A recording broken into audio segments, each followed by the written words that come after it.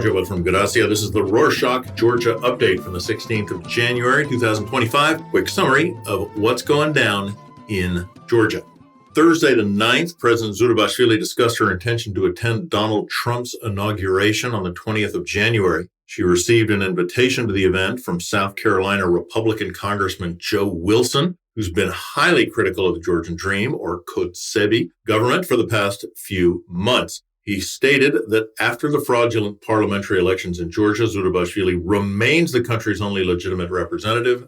She shared her plans to meet with foreign colleagues in Washington, update them on the current tense situation in Georgia, and ask for their support holding new, fair elections. While we're on the topic of the U.S., according to Radio Free Europe, Marco Rubio, the U.S. Secretary of State nominee, received a letter from the U.S. Congress informing him of the authoritarian governance, election fraud, and Georgia's shift towards China, Russia, and Iran. The letter, sent on Thursday the 9th, listed 25 individuals in Georgia's political and business circles identified as enablers of Bidzina Ivanishvili's regime. These individuals include political leaders, corrupt financial figures, propagandists, and those working within the repressive governmental system. The letter highlights recent developments in Georgia, such as the fraudulent elections, pro-European demonstrations, and the repression of peaceful protests. It urges Rubio to sanction these individuals, emphasizing that even though the U.S. imposed sanctions on Ivanishvili in December of 2024, this network of enablers still upholds his power.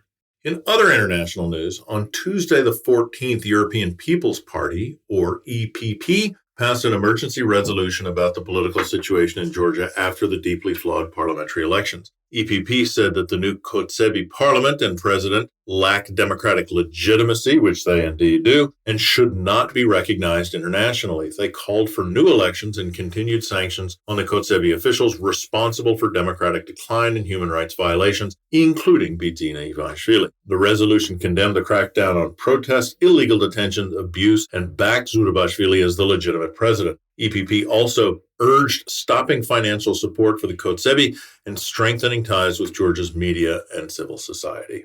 Tensions in Georgian politics spilled over into violence abroad. On Sunday the 12th, Georgian citizen Lasha Gabitashvili posted a video on Facebook where he confronted Kotsebi's member of parliament in Abu Dhabi, who were there for a Coldplay concert. In the video, Gabitashvili called them traitors and criminals. The next day, the same MPs, Irakli Zarkua, Victor Sanakidze, and Gela Samkharauli, retaliated by physically assaulting Gabitashvili while he was having breakfast with his wife at a hotel.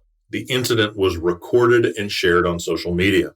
Local police are investigating the case of group assault. It's unclear whether the perpetrators have been arrested, but they've certainly been questioned. Gabitashvili says he will pursue all legal options. Check the video of the attack with the link in the show notes.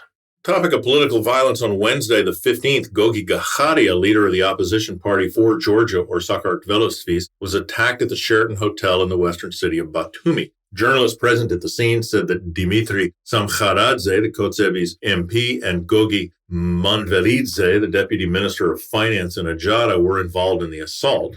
Gakharia was hospitalized with a broken nose and a mild concussion. Before the attack, Manvelidze had also assaulted journalist Zviad Koridze in the same hotel lobby. Koridze now works for Transparency International Georgia, among other things. Gakharia's party members hold Kotsebi responsible and demand an immediate investigation. Natia Mezrishvili, the Sakartvelos party member, said that evidence at the scene, including video recordings, was destroyed. The police have allegedly launched an investigation. Gakharia left the hospital voluntarily after treatment. There was another incident in Batumi last week. On Saturday the 11th, Mzia Amakhlobeli, founder and director of the prominent local newspaper Batumelevi and Net Gazeti, known for criticizing government corruption under all government, as well as criticizing human rights abuses, was arrested. She was initially detained for putting a protest sticker on a wall, but was released shortly afterwards. However, she was arrested again later that day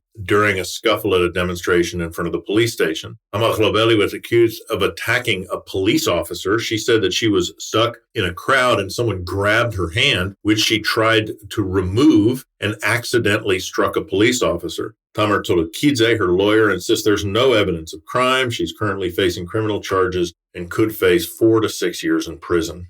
On Sunday the 12th, someone leaked information that corrupt judges working for the regime were holding an event at a restaurant. Protesters, including the parents of individuals arrested during pro-European demonstrations, gathered in front of the restaurant with banners reading, "Corrupt judiciary undermines democracy." As judges arrived, they had to enter the restaurant and chants and boos from the protesters. Soon afterwards, strong police force gathered near the restaurant. During the protest, 9 individuals were arrested for administrative offenses. One was sentenced to 12 days in jail. On Tuesday, the 14th, Amnesty International called for the immediate release of all individuals arrested in Georgia for peacefully exercising their freedom of expression and assembly. The organization criticized Georgian government for using excessive force against protesters and for introducing laws that criminalize symbolic acts like posting stickers on public buildings. Amnesty also condemned a new law passed on the 30th of December 2024 that allows the police to make what they terrifyingly call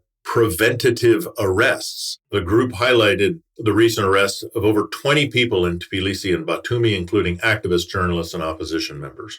On another note, on Wednesday, the 15th European Court for Human Rights ruled that Georgia must not extradite Afghan Sadigov, an Azerbaijani journalist, to his homeland. Sadigov was detained in Georgia in 2023 on behalf of the government of Azerbaijan, where he's wanted on trumped-up charges of threatening and extortion. He faces the risk of political persecution in Azerbaijan due to his critical reporting on the Azerbaijani government. On Wednesday, the Tbilisi Court of Appeals rejected Sadigov's appeal against the denial of refugee or humanitarian status. Prior to this decision, he appealed to the European Court of Human Rights, requesting interim measures to prevent extradition. Once Georgian legal proceedings are concluded, the European Court will make a final decision. Also on Wednesday, a nationwide strike began at 3 p.m. in Georgia, demanding new parliamentary elections. Hundreds of companies halted work for 3 hours as part of the protest. The strike involved workers from various sectors, including employees of the 2 largest banks, TBC Bank and Bank of Georgia.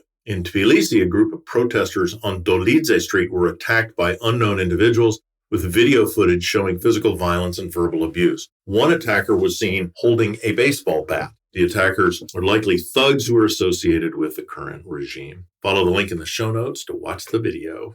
Finally, a little bit of cultural news. The winners of the prestigious Duruji Theater Award, founded by businessman Lasha Papashvili in 2008, have returned their awards in protest. Papashvili, a supporter of the Kotsebi, made controversial statements in a recent interview, praising Bidzina Ivanishvili and calling him a historical figure. In response, the laureates accused him of backing the regime, which he undoubtedly does. Check out his connections to Shevardnadze, by the way.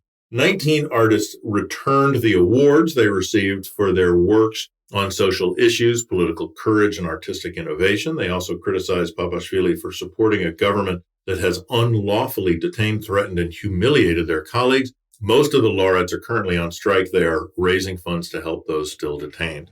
And that's it for this week. Thanks for tuning in to the Rorschach Georgia Update. You can connect with us on social media at Rorschach_Georgia on Instagram or Rorschach Georgia on Twitter. Nachvandis.